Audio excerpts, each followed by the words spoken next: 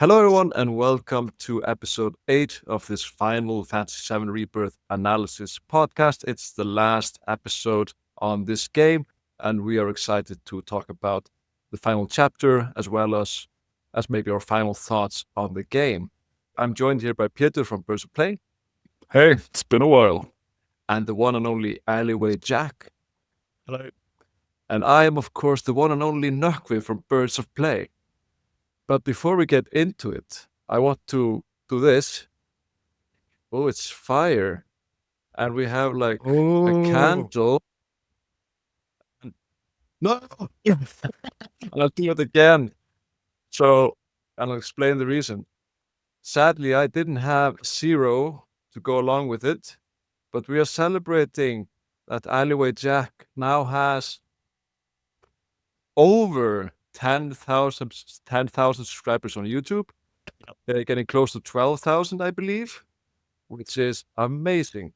And it has absolutely nothing to do with this podcast because not a single person has mentioned that. We will take full credit, of course.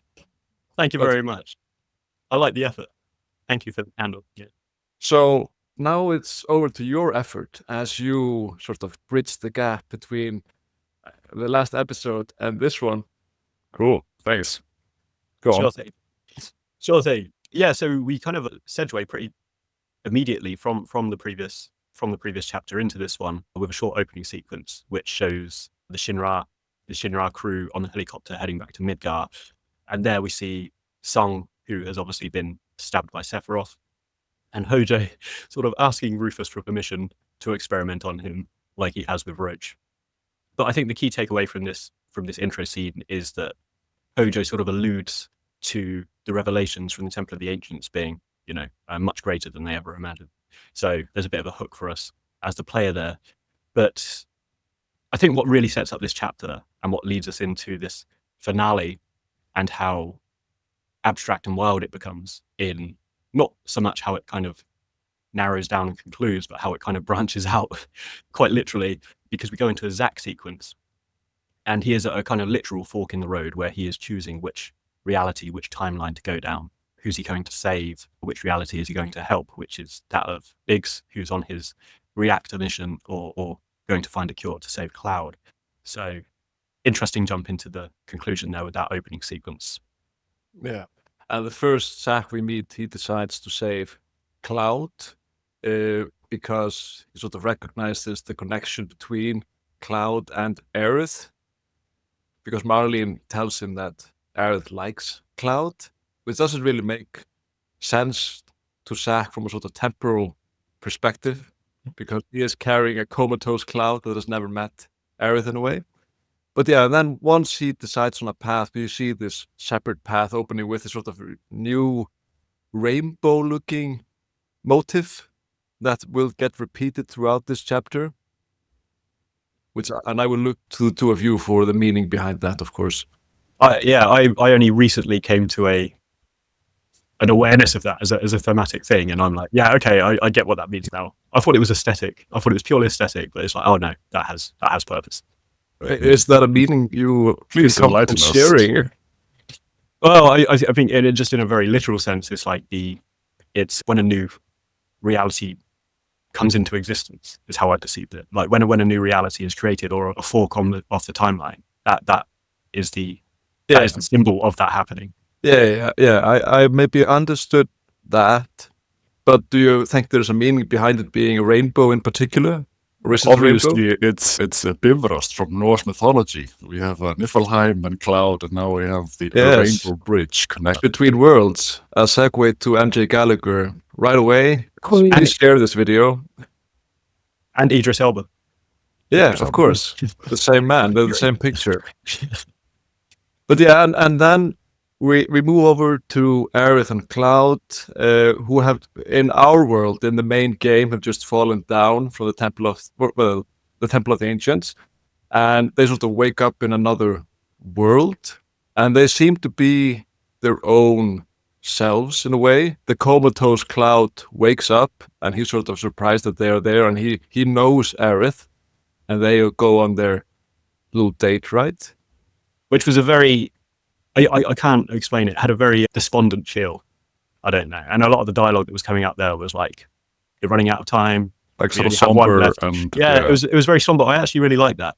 I really like that sequence. I've played through it a couple of times now because I was trying to sort of soak it up, because obviously it was put in very intentionally to be that way. And I liked how everyone was sort of at peace with their destiny. Like all the shopkeepers are like, yeah, you know, it is what it is. That's it. It was almost sort of calm. Yeah, it was almost like a purgatory where people are just like, yeah, we know we're here. We know why we're here. Yeah, it was interesting. It made me want to replay Lightning Returns, which I felt that even though it wasn't perfect, it sort of did this setting a bit better. It's sort of damned world, doomed, destined to end in a way, and people are sort of coming to terms with that. But it's interesting to see that sort of motif. There's more sort of hedonism in that game. It's like, oh, let's party until we die, and there's like there's more elements to it in Lightning Returns, I guess. This wasn't that deep, this sequence. I really enjoyed it though. Like they finally get their date, and I'm a Cloud and Aerith stan, and been since 1997, so this was a good moment for me. Do you guys feel that, because there's ideas around this scene, like people sort of, because again, the more abstract and woolly scenes are, there's more room for interpretation. And a lot of people see this as being Aerith having conjured this so she can finally have that fulfilling date. Is that how you perceived it as well, perhaps? Or did you have a different reading of it? It also, of course, serves a functional purpose, because Aerith ends up passing something on to Cloud. She passes materia onto Cloud. But she, of course, does it in a way. If she was just doing that, she would not need this state. So it's, of course, also her way of sort of connecting with him. But what the nature of that connection is sort of up for debate still. She even says it herself, like there are many different kinds of likes. Yeah, that's true. Yeah. And actually, I think the end of this sequence, which we'll come to, which is them in the church, was actually one of my favorite and more emotive scenes in the game. And we'll come, we should go more on that later. But another thing I want to bring up just before I forget, and I only noticed this on a recent playthrough as I was going back through to prepare for this. So way back in the first episode, Nukvi, you mentioned the stamp the dogs. And there's another stamp the dog here, which I didn't see. It's on the seller's table. And I think you need to like pan the camera across. And I was like, that's a different stamp. But so I think each reality, of which there's like more than 3, certainly. Well, I mean, obviously there's loads, but even the ones we're playing in, they're sort of represented by different dogs, which... Yeah, there's a bunch. And you can see you have, when they were buying the jewelry, you have one stamp, and then you have the same stamp design for the candy vendor. So it's the same world. But then later when we meet Biggs and then we see a new stamp design. So it's all different worlds with different dogs. So I sort of Googled like what I should choose jewelry wise. I thought it was like, there was a lot of like false choices going on. I don't know how much sort of significance that had. Like, is it telling us that we have like no choices in our fate? Because you choose the jewelry and he goes, oh, we don't actually have that. How about this? And then when the candy as well, like when I haven't fully explored the options here, but all my options ended up being sort of mute, because you choose something and then they go like, oh, I don't have that. But I make this candy. Have it. Yeah. That's what I'm getting at. Like, is the game sort of, is this an allegory about fate? That it's all pre-decided. But so you Googled it, but are there some choices that actually lead you to be able to choose what you want? No. Not even with the picture for the date. Is there not like a perfect pose that you can strike? Is it always someone else who gets chosen? Yes. As far as I know, I've checked 3 versions and it's always like, why did you choose us? And it didn't look like you were on a date. Which I guess is sad, because they're not really. They're on sort of like a weird funeral for their relationship or something. So we're given the illusion of choice. Illusion of choice. The illusion of choice. Very pertinent.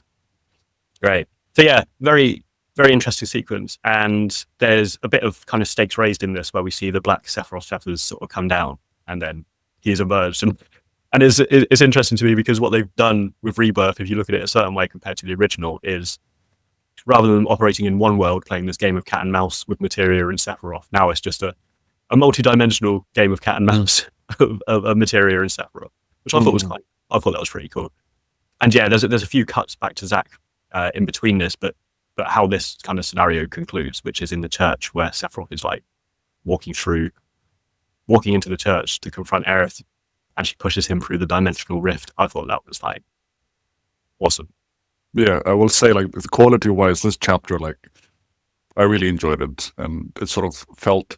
There's been a couple of chapters now that it's been sort of less dense, because they've been sort of more open, I guess. But this was very sort of more on the rails, and I really enjoyed the quality of just the storytelling and cutscenes and stuff. And I think even as someone that's not a Cloud Aerith stan, as some of us are here, that sequence, and I can't remember word for word what the dialogue is, but she's like, at least I know where I stand and stuff. She has this final conversation with Cloud, this final embrace in the church, where they sort of meet for the first time, although obviously in the original there's that initial sequence. But yeah, that tugged my heartstrings a little bit, actually. Yeah. I almost crossed over this. It's also interesting during that scene where she consciously removes the ribbon that Zack gave her, as their conversation, the conversation between Cloud and Aerith comes to a climax in a way. Her figurative chastity belt given by Zack has now been removed, and she is ready to receive. Yeah, but it's also really interesting. Like, so she pushes him down into the flower bed, not for sexy time, but he falls through, and it's a sort of visually interesting scene. But also, like, how does she know that this is like a gateway? Like, but I mean, this whole date, like, it's very obvious, like, she knows something Cloud doesn't. Like, she's holding the power, and sort of this is her little scenario. So she has some deep knowledge and about what's going to happen or what has already happened or something. And we get that rainbow motif again in the church when she sort of pushes him through. So I guess, is he being pushed into a new world or an old world or I don't know. I'm just asking questions here, guys. Well, I mean, I just felt like he got pushed into the void, because that's where actually it leads on to the Sephiroth monologue, where he starts kind of revealing things that players had started, I suppose, assuming up to this point, which is that there is multiple realities that sort of spawn and whatnot. Yeah. One problem I have with this chapter is this scene in a way, because in a way they have sort of alluded to the stakes before, but in a way they are explaining all these stakes at the very same time they become relevant. So it sort of gets resolved very quickly, and you don't necessarily get the time necessary to process everything. Yeah. So, and that was my I agree with you. I mean, yes, I think with I suppose not conventional storytelling, but often in storytellings you have stakes are raised, but subtle reveals are made as you go through. Whereas I agree with you. I feel like even starting with Remake, everything up until basically this point relied on fan theories, really, and people were piecing together things on like Reddit and forums and whatever. Like, I think this, I think that, and stuff. And we only had these subtleties like the stamp the dogs, for example, and that sort of thing. So yeah, I'd agree with you. I mean, literally quite late in the game to start revealing everything.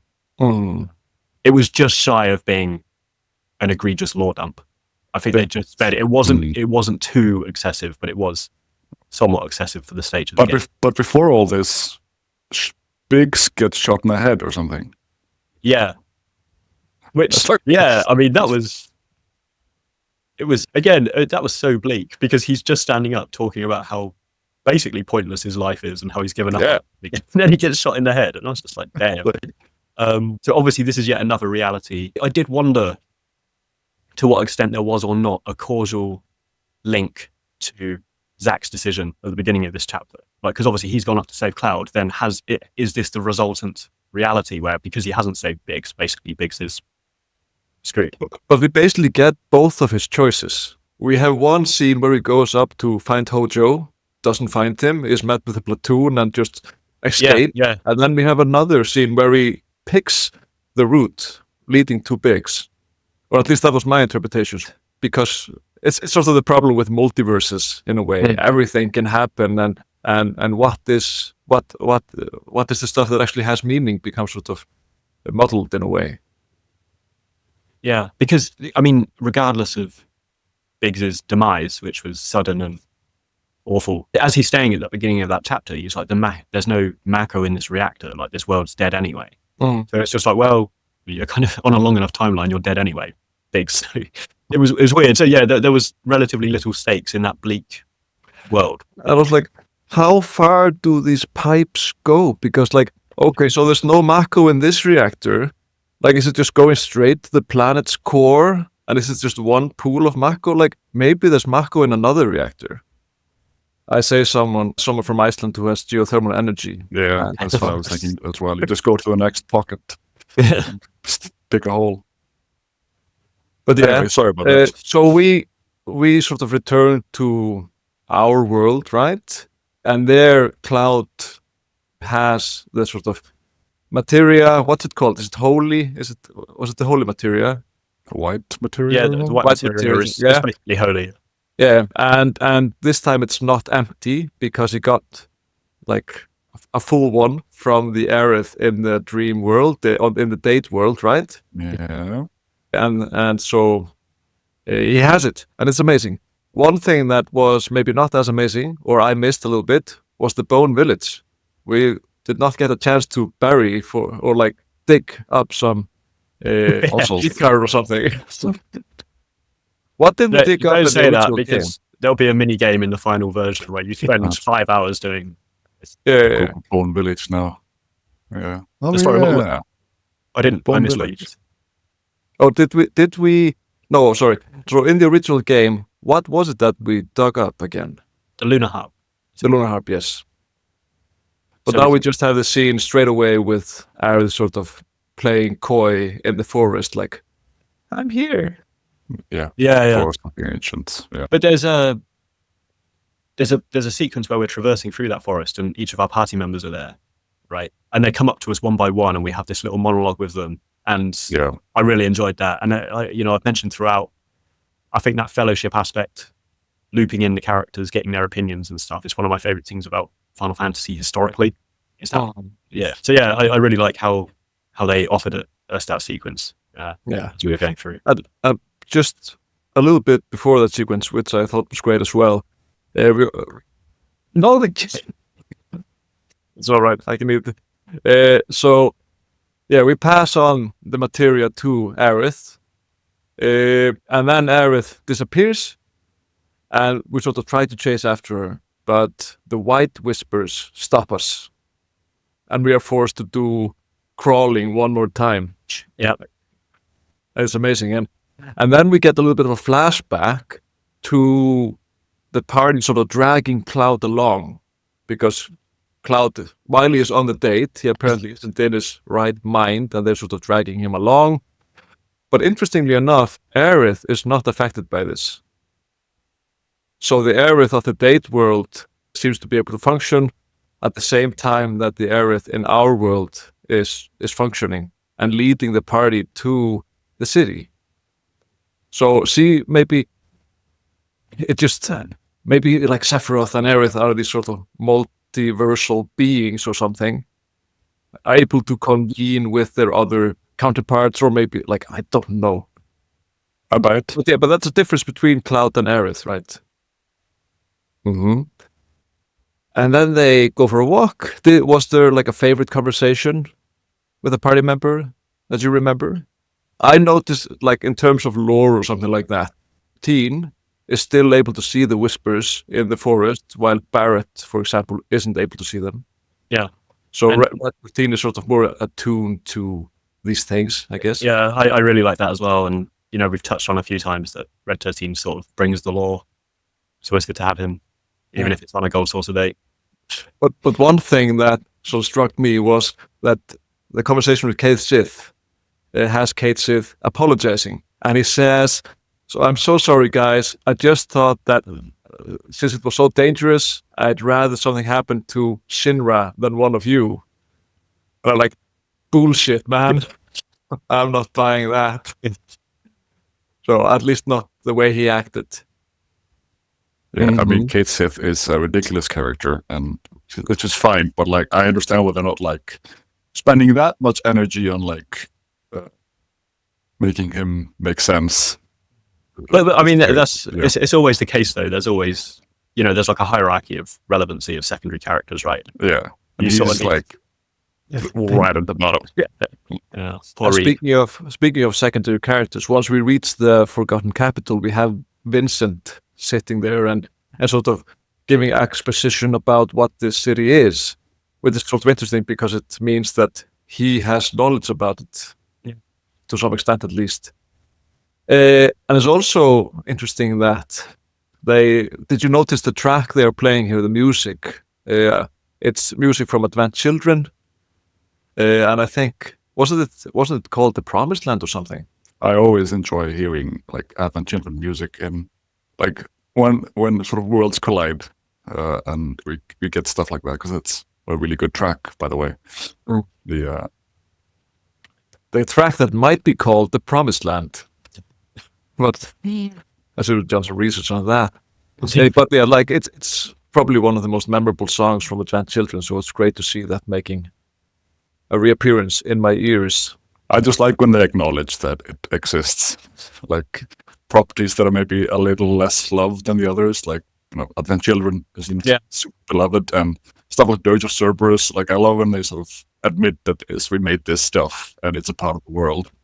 I think it's surprising having got to this stage in the game so late and realizing to the extent to which they haven't involved that stuff as much as was anticipated. I think one of the huge conversations in build up to even Remake's release was just like, how are they going to introduce the extended universe material? Because obviously it's canon, it exists. But yeah, because they just don't. Because like they made Final Fantasy VII Remake episode Intermission, which talked about Deep Ground. They remade Crisis Core. It talks a lot about Genesis. So like, why can't they have Genesis hanging from a piece of coral or something just in the background? Yeah, I think they're afraid, to be honest, of doing that stuff, because it would be interesting to like intertwine more Crisis Core stuff. They made a backstory, and it would have been interesting to see more of it in this game. But I think they are really scared of doing too much of that to alienate the hardcore fans or something. I don't know what the reason is, but they have a lot of material that they have, but they're not using. But I agree. But as I think we'll come to when we wrap up, and my kind of part of my takeaways from this game is that they are straddling this line where it's almost they're worried about offending the hardcore fans that want nothing to change, but then also sort of leaning into the extended stuff they've done post 2005, like post Advent Children. And I was like, you need to commit one way or the other. Yeah, you can't sit on the fence with that stuff. So yeah, if nothing else is maybe, and we kind of spoke about this at length with, I think it was in the previous episode we were talking about Intermission and how they're introducing characters that were from Dirge of Cerberus, which was released like almost 20 years ago, and it hasn't had a remake or a port or anything. So people are like, who the fuck is Nero? Yeah, there's a very small percentage of people that know what this is. It's like, so I feel like they should just remaster the whole collection and just lean into it. But there's stuff like Angeal, like Zack's sort of mentor. Like he's a cool character. He's got a backstory. Like this is stuff that could have been intertwined somehow. I don't have any solutions right now, but he seems like a prime candidate. And Genesis as well, even though he's not baby, he's divisive. Yeah.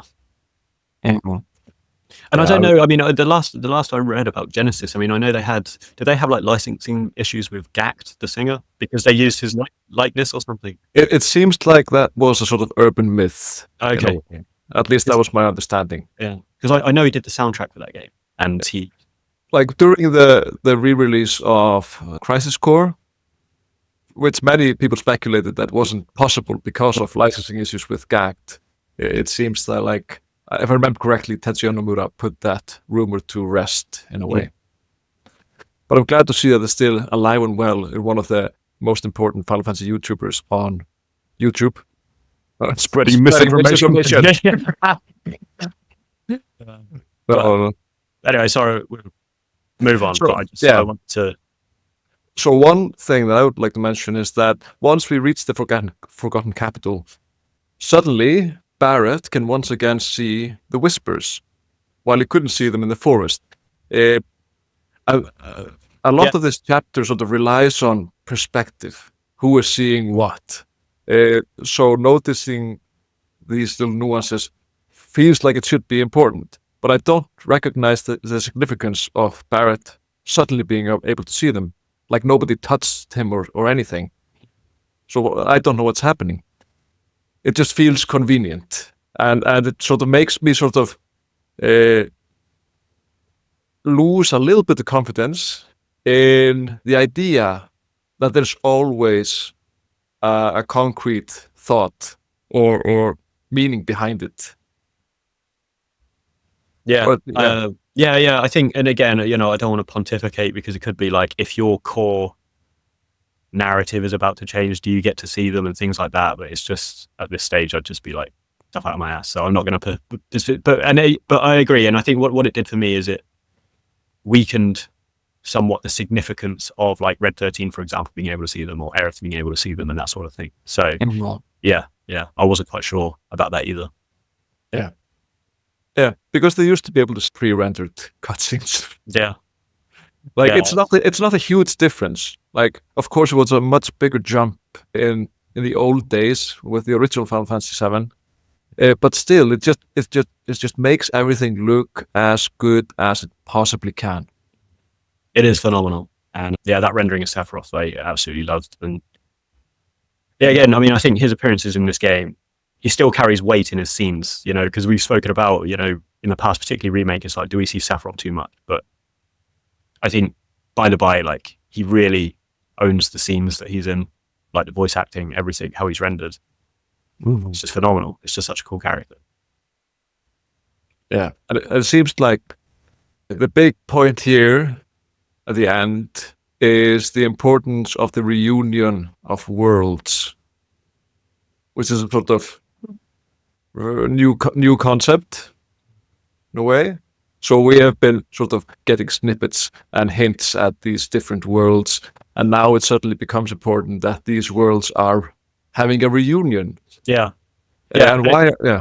This kind of, it makes me laugh. It goes back to the point about how we're having, instead of a sort of small cat and mouse with the materia and Sephiroth across the world, it's intergalactic, interdimensional now. It's the same with the reunion. It's like, no, it's not simply just a reunion of Genova. Now it's like a multi-dimensional reunion. So basically the stakes have just been amplified to an obscene degree. Yeah. But, and also, like, what is reuniting? Like in the case of Genova, it's Genova, the entity, that is reuniting itself, that is having a reunion with itself. So what is being reunited? Is the planet having a reunion? Or are the people maybe Genova? Genova's pieces are spread all out across the multiverse, and we must merge them together now. And if nothing else, it's like, if you combine everything into one dimension, then there's nowhere for Aerith to run anymore with her white materia, because it's all like in one place.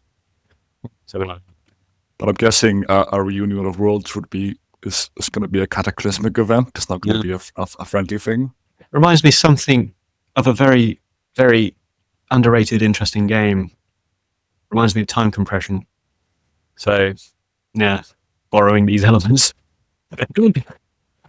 They stole from time compression. Well, if anybody can steal from something called time compression, it's people who made Final Fantasy. Yeah. Because Final Fantasy VIII is great. Shut up. No, I know we all agree. But okay, so we reach the altar, and there we have Aerith praying, and we get sort of crawling 2.0, where we have the same mechanics like R2 run, and we are sort of trying not to kill her.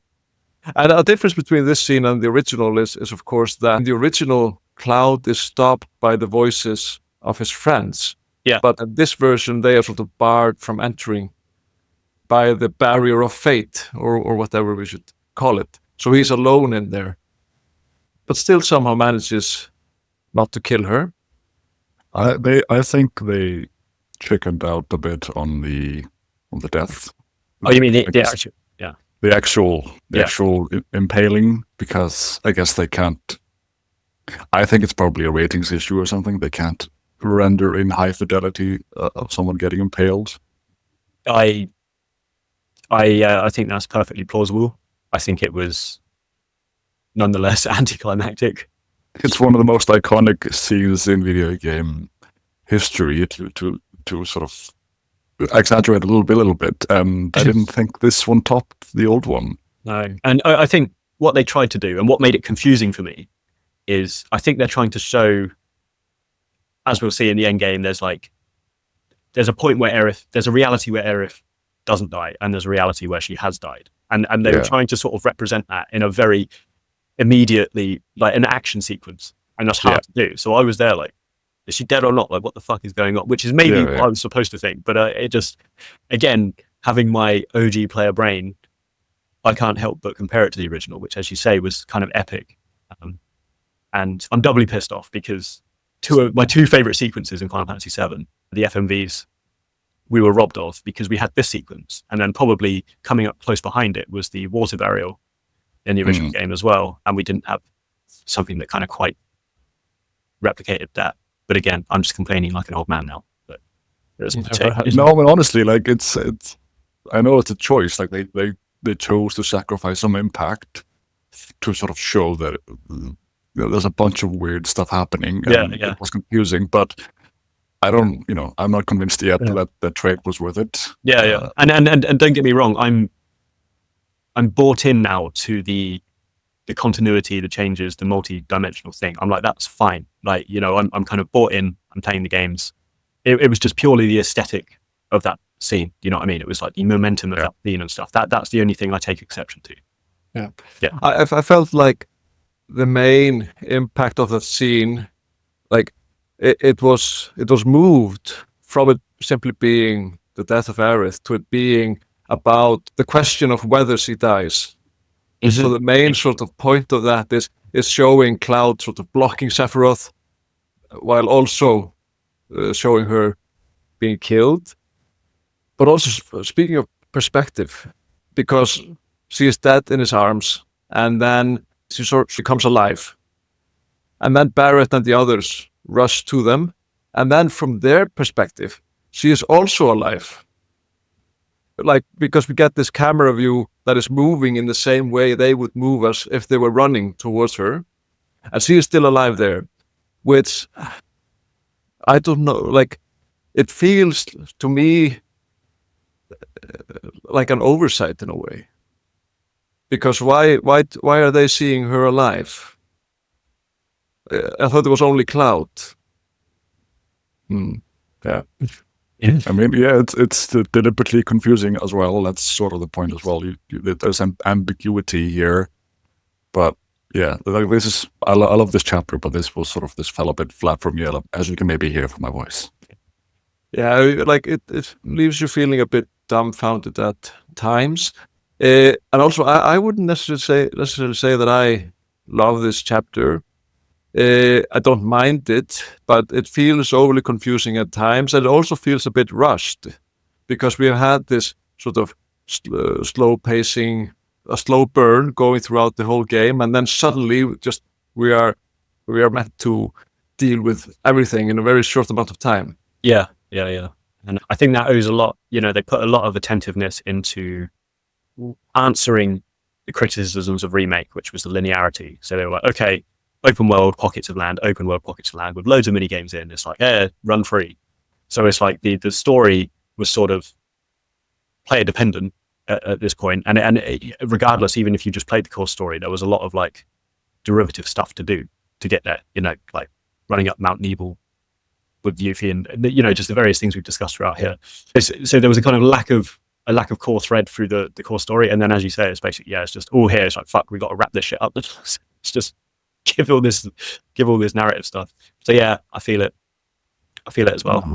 Although overall, actually, I would say generally I agree with Peter. I thought this was a really strong chapter. I really liked it. Like overall, I was just happy to get some like content, because it's been hasn't been sparse. It's been the opposite of sparse. It's been a lot of content, but like not the sort of stuff maybe I enjoy as much. It's sort of extra stuff. And it reminds me of the problem with Final Fantasy 15, that if you do fuck around too much and do too many side quests, you sort of forget about the main story, and it sort of loses impact, and you sort of get sidetracked. And even though I played this run through now almost doing nothing extra, it still felt like there was a bunch of extra stuff to do. And it's also like when I see the cutscenes and I see the well-crafted amazingness that some of the stuff in this chapter has, it also makes me want to wish for like a TV series or a movie, which is really bad if you're like, oh, I'd rather just watch a movie than play the game. Like, it's not a good sign. Like, I enjoyed this game, but like, man, would I like just a really well-crafted 10-episode series.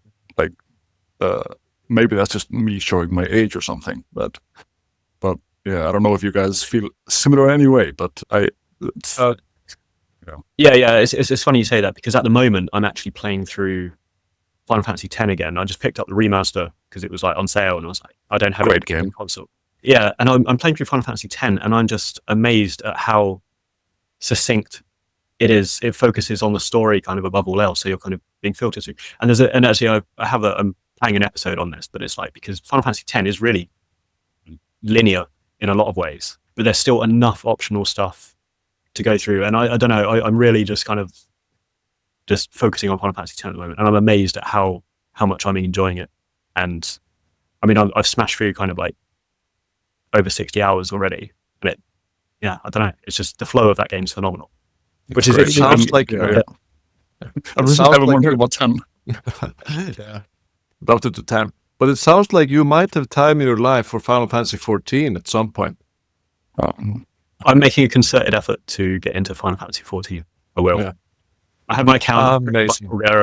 Yeah, I just need to actually play it. Mm-hmm. But 10 also does like an interesting thing, which is it stays sort of quite linear, like 80% of the game in a good way, and then it sort of in the end game there's a lot of stuff you can do. Yeah, it opens up, and yeah. It's almost like the inverse of this game, because where it was just like, you can do anything, and now it's the story. It's like 10 is like, this is all the story. Now you can just fly anywhere and go to the Omega Ruins and do Blitzball and whatever the hell. So, and then when you're ready for the final reckoning, you can do that in your own time after you've got all the chocobo balloons and the comlands and I don't. Are you talking about that? I did that, but it took me 2.5 hours. And it checks out. Yeah. Wow. Yeah. That is, it's been so long since I've wanted to throw my controller at the TV, and I was doing that, and I don't know how I did this as like a kid, because I was going fucking mental here. Anyway, sorry, enough Final Fantasy. But one difference between Final Fantasy X and this is that in Final Fantasy X you get all this freedom, and then you say, okay, now I'm going to go to the final dungeon, and you do that. In this game, you have this very, very long segment with the Temple of the Ancients, which sort of strips away your freedom, and that is followed up by this very linear chapter. So it sort of, to me, it felt a bit long. While of course in the earlier chapter in Final Fantasy VII Rebirth, you have this freedom, and then it just becomes sort of long-winded. They do say, like, when you enter the temple, they go, this is the point of no return. But I guess the point of no return is 2 chapters now, which is kind of super long, actually. Yeah. Mm-hmm. But anyway, so next thing, we got the Cloud and Zack. Right. Cloud and Zack reuniting. Yeah. Right. Which felt very unearned. Zack is so severely underused in this game. It's an insult to everything. To Angeal's memory.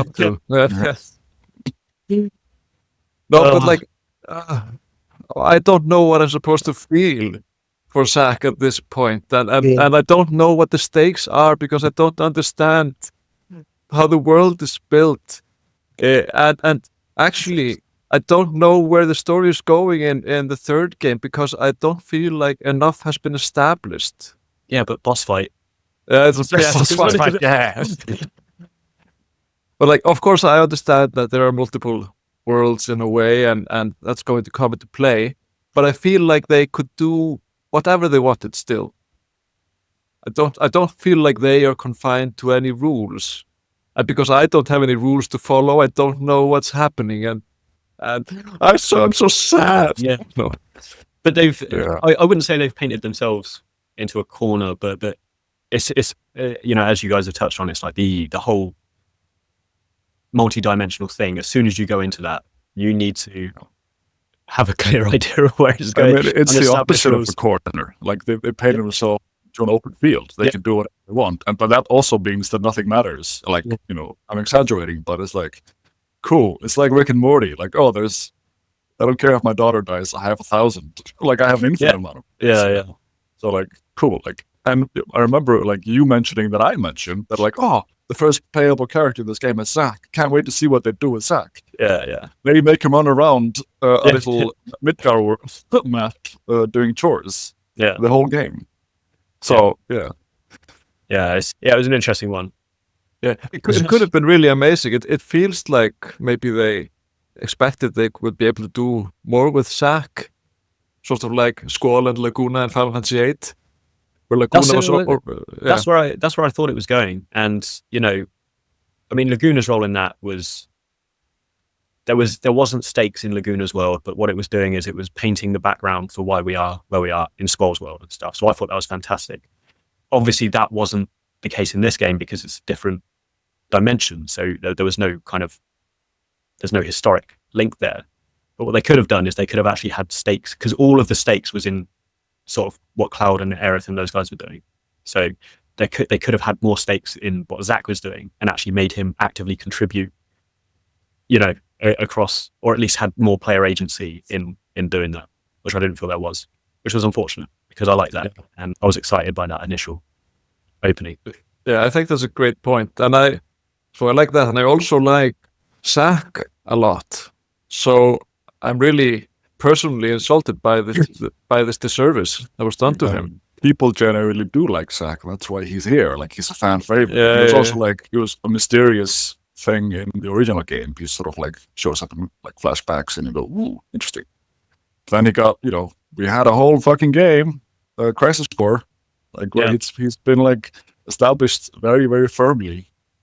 So he's sort of, he's very sidelined in this game, as we keep saying, I know, but just like, I want to get it out.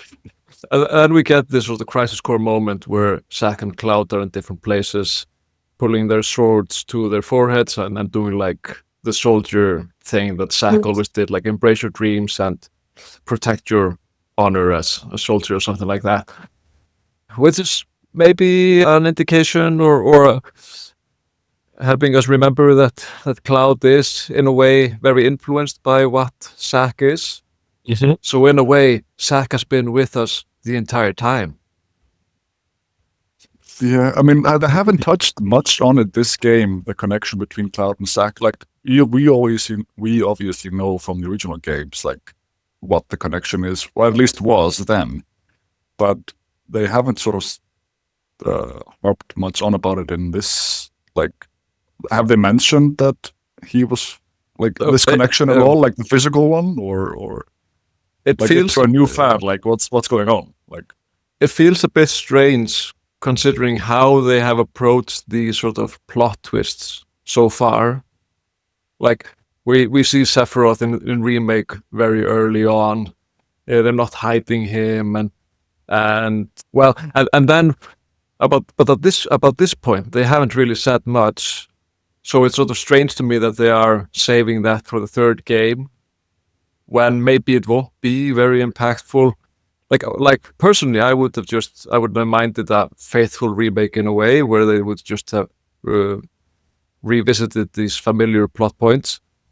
But since they haven't been doing that, it's a bit strange that they are sort of relying on that being impactful so late in the game. As far as we know, like the audience, I guess, if you're just playing this and Remake, they were old comrades. That's sort of the connection you have. And maybe something to do with Hojo, maybe, but like you don't have this. There's something much more deeper than that to sort of warrant this level of like, like the cutscenes you get here when they're fighting Sephiroth and all that stuff. It's like, oh, I guess they were really, really good buddies. Cool. Yeah. Okay. Yeah, that's true. It's true. But anyways, they do get separated, right? And they and Zack is like save Aerith, and he falls into a different dimension or something, and he fights. There's a bunch of boss fights here, right? And Yeah. then Cloud is joined by Aerith, and together they defeat Sephiroth, and Sephiroth recognizes that he underestimated Aerith. So he doesn't achieve what he was planning to do. So maybe the reunion of worlds as he envisioned it isn't complete. So maybe they will save that for later or not. And then like Zack ends with going like, see ya. Yeah. Yeah. Yeah, it fades into oblivion or something. Yeah. Yeah. Was that his world being pruned, to use the words of Loki in that Disney Plus series? That is a Yeah. very good use of multi-dimensions, by the way. I think. Yes. Sorry. Yeah. Yes. Time of, yeah. Maybe that is his world sort of fading out of existence, or If that is, and he is gone, then that's the. We better Nope. see him again. no, because Yeah. he comes back again. Does he? Fuck. But we'll say, that's a little bit later. So we go back to our world, and Aerith wakes up, but she's not really awake. And then we miss the scene where Cloud submerges her into water, probably because of the logistics of it, because he can't be standing in the water at the Yeah. same time he's Yeah, yeah. submerging her. Seems like something they could have resolved with a cliff, like an underwater cliff or something. Just do the Tekken scene. This. But yeah, and during the scene, they're sort of all mourning Aerith. But then Aerith appears sitting next to Cloud, and Cloud can see her, and it's this whole This thing. is like Aerith having like a Kate Sith moment, honestly. Like she sort of dies and it's like, oh no, it's like a really dramatic thing. And he's like, like immediately back. And they're like, I know I'm happy she's with us still in some way because I like her performance in the game but it's like, come on, like you gotta there have to be stakes. You can't keep having your cake and then eating it too. So yeah, I think I Okay. agree. I think these sections were like quite convoluted because where it really paid off for me was actually the very final scene where Aerith is there and they're kind of fixing up the tiny Bronco and stuff, and she's there. That was cool, and I thought that was a fantastic conclusion to this game. The cliffhanger with like the materia and everything, that was like awesome. All of these little intricacies leading up to it, I was just like, I mean, I've played it like 3 times now, and I'm just like, do I know what's going on? Maybe. Maybe. So, like, the thing is, we can't know what's going on. We don't have all of the clues. Like, so they can do whatever, basically. So we are sort of in the dark, and I hope this will be sort of brought home in a good way in the last installment. Yeah. And then also in this sort of final chapter, in the final moments of this final chapter, they're also setting us up for the last game. For example, with a scene with Rufus. Yes, and actually, I think we touched on this because all of us, I think, are agreed that one of the most intriguing new elements that they've added into Remake and Rebirth is what's going on with Rufus and Lodbrok. What's his first name? Glenn. Glenn. Yeah, very, very, very Final Fantasy there. Yeah. Yeah. So, but yeah, the thing with Rufus and Lodbrok, I think, is really interesting, and I would hope and expect that in the final chapter we're going to see Wutai, maybe see what's going on with Wutai and this sort of the geopolitical war that's brewing under the surface. But yeah, it's pretty much confirmed here that Glenn is like a Sephiroth clone sort of thing going on. Yes, and then it becomes the question becomes, what is Sephiroth? Is Sephiroth an extension of Genova, or is he his own entity? But just to sidetrack us a little bit, do you know what Lodbrok means? I know Ragnar, he was like a Viking. Yeah. Do you know what the word means? Literally. Enlighten me. Lodbrok means like hairy pants. Yeah. It's just furry trousers. Like what's it called in English? Like breeches. Yeah. Like this underwear type of thing. So it's not a very cool name, but like if you understand the word, you go, oh, that's not very cool. What does Glenn mean? Glenn. Because there's like Because there's stuff like Haraldur Blautar, like Bluetooth, and Haraldur Harðráði, like cool Viking last names. Yeah. And then Lodbrok is it's famous, but it's not a cool word. It just means furry pants. Yeah. So, and Glen is basically just Glen, so it means like valley. So it's the valley of hairy pants. Yeah. A very meaning. Take that, Andrzej Gallagher, and just put it in a book. This is the second time Rufus shoots Glen, right? And shot him yeah, before, and right? and he says in the back, just like old times, because he apparently has killed the real Glen before. Yeah, I mean, I think it's a bit of a late in the day to go and do a lore dive, but I think it's explored in like Before Crisis or one of those Japanese installments about Rufus, kind of, because he was sent away presumably because of this. But yeah. But also, like, just in Junon in this game, we do get a flashback, I think, of him killing him.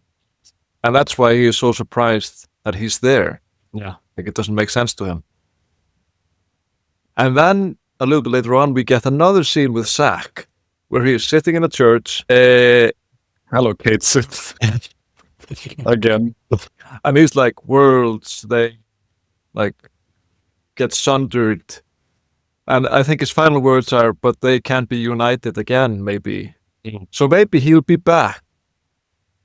Well, it seems Gotta like stop doing this. Yeah. They gotta stop, like, dramatically killing people, and they go, yeah.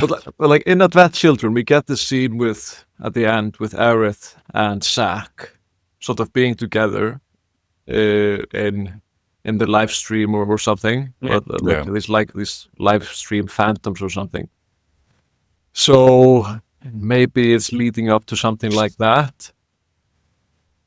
But before we reach the final pre-rendered scene, we also get a scene in Nibelheim where we have the cloaked man remobilizing. So in the original, they just went straight to the northern crater. But in this version, they sort of made a really big stop in Nibelheim where they were sort of being taken care of. But now they're sort of remobilizing probably to the northern crater so we can chase them on a snowboard, which would be amazing. Absolutely.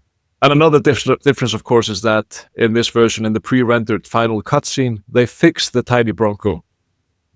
So we will be able to fly again. Yeah.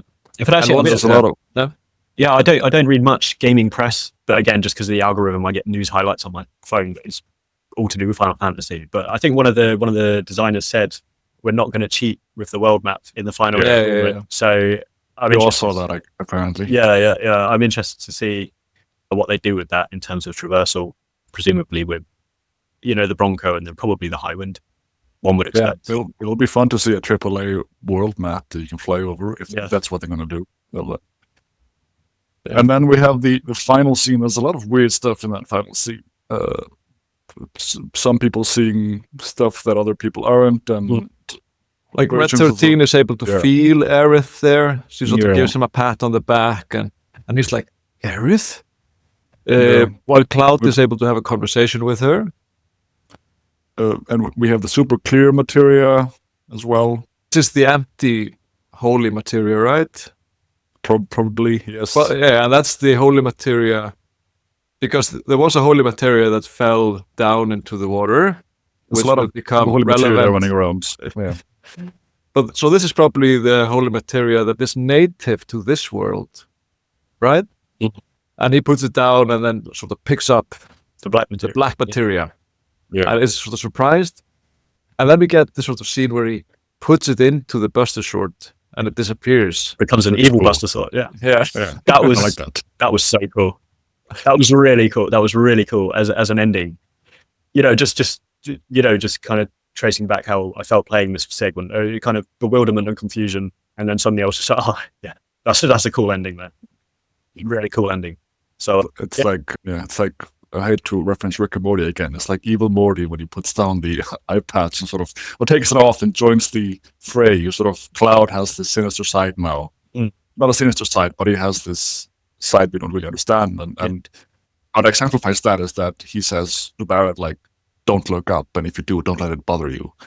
And he is seeing this huge rainbow rift in the sky, but Barrett, of course, isn't. So Cloud is sort of maybe between worlds or been attuned to something that the others aren't. So I thought that was a really good way to sort of wrap things up, really. Yeah, The cliffhanger. he's a sort of a double agent. Yeah. Because on the one hand, he has the black materia and he's hiding it. But on the other, he is promising Aerith that he will stop Sephiroth. Yeah. And he probably believes both at the same time because he's a comfortable young man. Yeah. And then the game ends with the words, "No promises await at journey's end." So anything can happen in the third game that will be titled Final Fantasy. Like, if it's not titled Reunion, I know we have Crisis Core Reunion, but still, like... I can't see it being anything else. I mean, I don't know. Reunion seems fitting. Remake. Oh, I would love if it opens with Simple and Clean playing by Utada Hikaru, and then Sora and Goofy and Donald jump out of this interdimensional rift. They might as well. Yeah. For the king! Yeah, that would be amazing. But okay, so we began this journey partly with the question, why is the game called Rebirth? And are we any wiser at the moment? Both. Would you guys like to? I'm not. Okay, I feel like it's just a very. You could interpret that any number of ways because, you know, we've seen Zack have a sort of rebirth compared to his status in the original, wherein he's dead. We've seen Aerith sort of have a rebirth, and then we've seen these multiple dimensions sort of spawning and birthing. So I sort of interpreted it as that, as such, just things constantly reiterating and painting over previous events, like the OG events. Very broad answer. Yeah, sure. Like, so for me, rebirth, at least like literally, is being reborn, and we have, of course, instances of that in Final Fantasy VII, in the lore of Final Fantasy VII, with the live stream. Things are reborn as something else. It doesn't seem to be alluding to that. So your interpretation is more valid than mine, I think.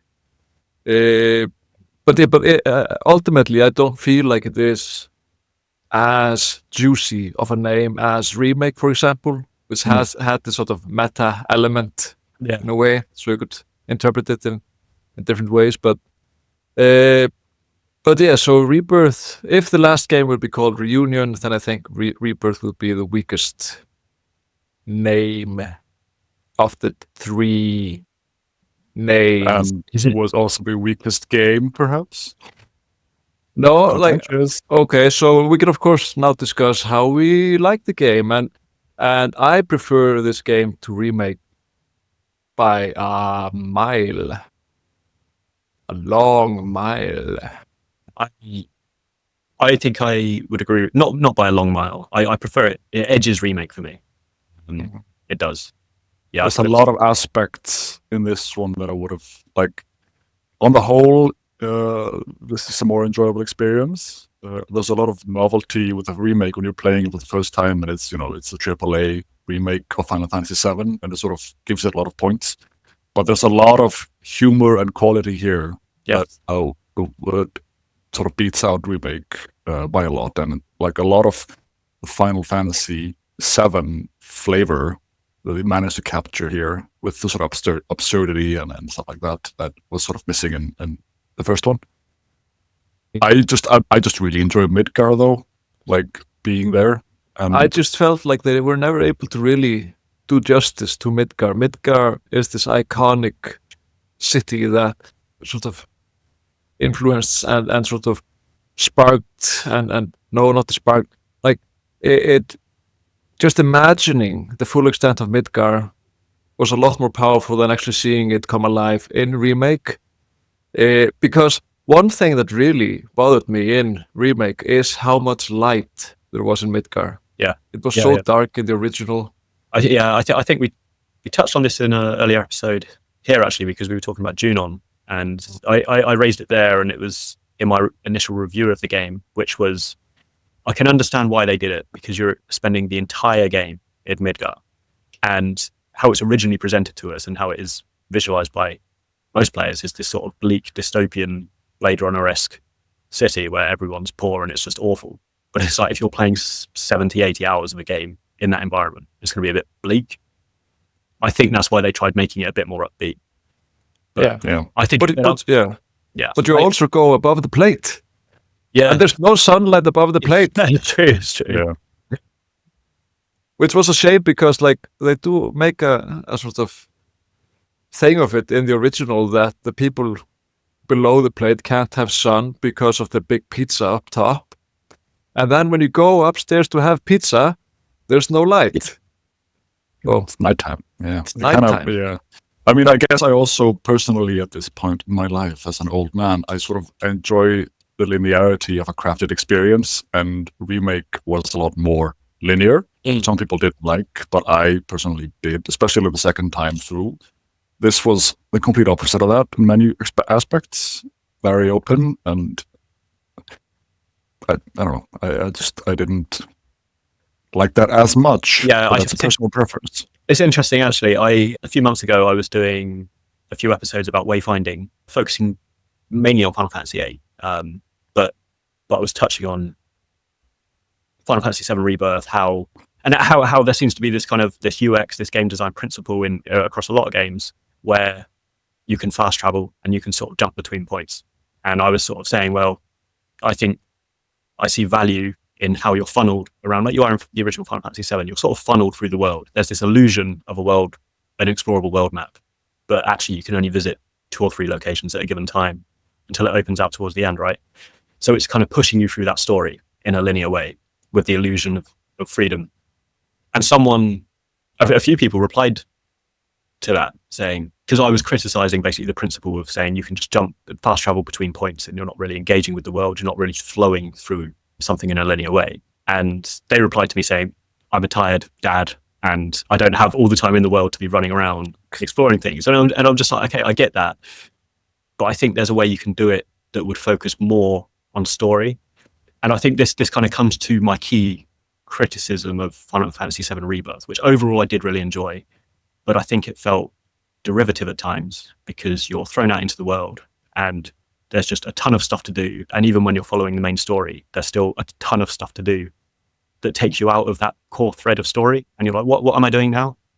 And I think the guys in the black robes, the Sephiroth clones, which is pursuing it, but it was few and far between. And I don't think the balance was quite there between flowing through the core story and understanding what's going on and then doing all of this other fun stuff.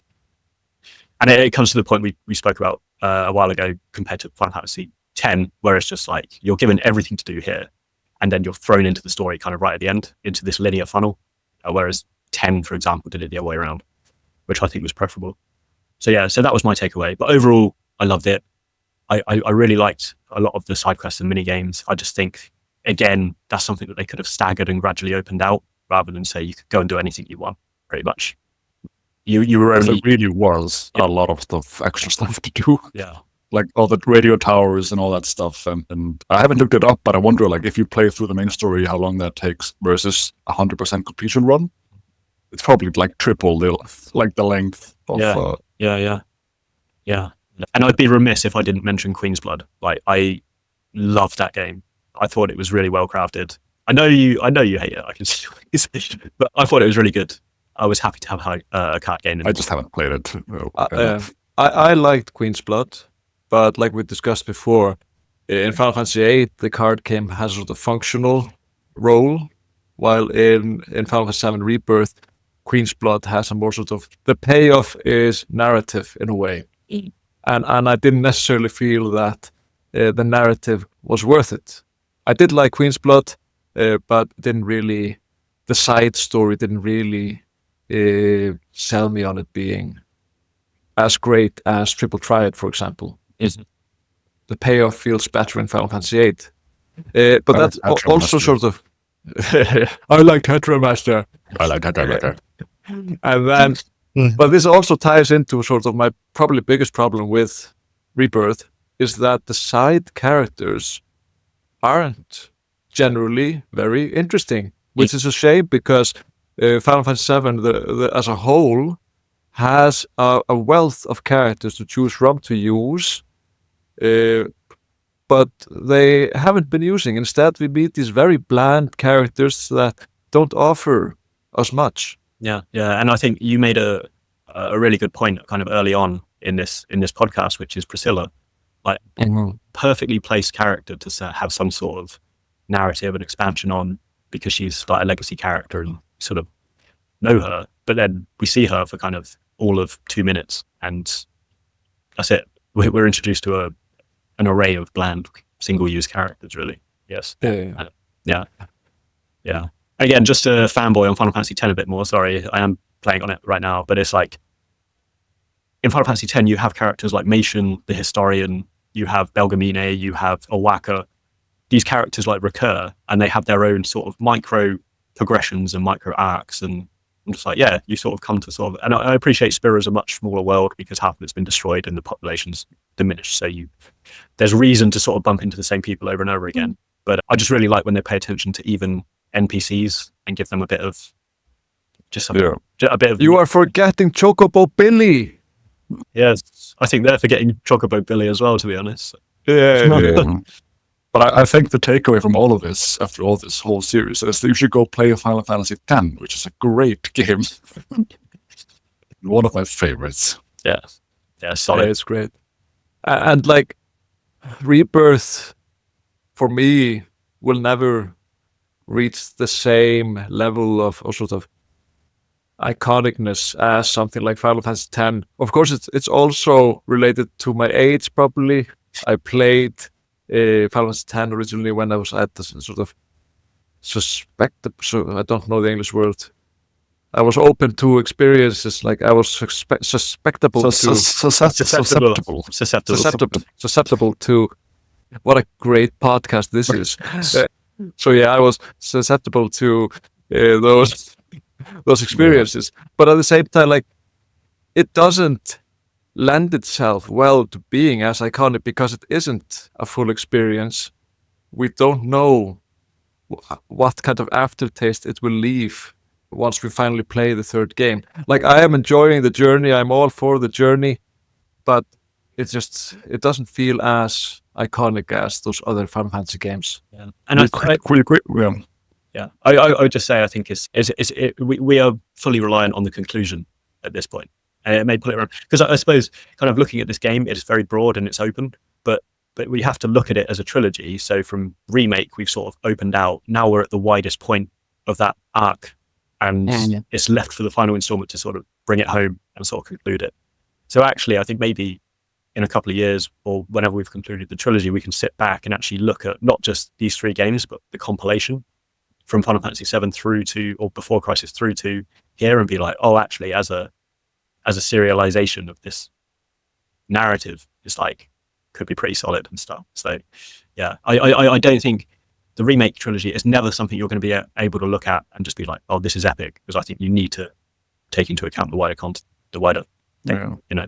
It's interesting they haven't announced or are probably going to do any sort of extra story DLC for this installment. They just went straight into full production on the next title.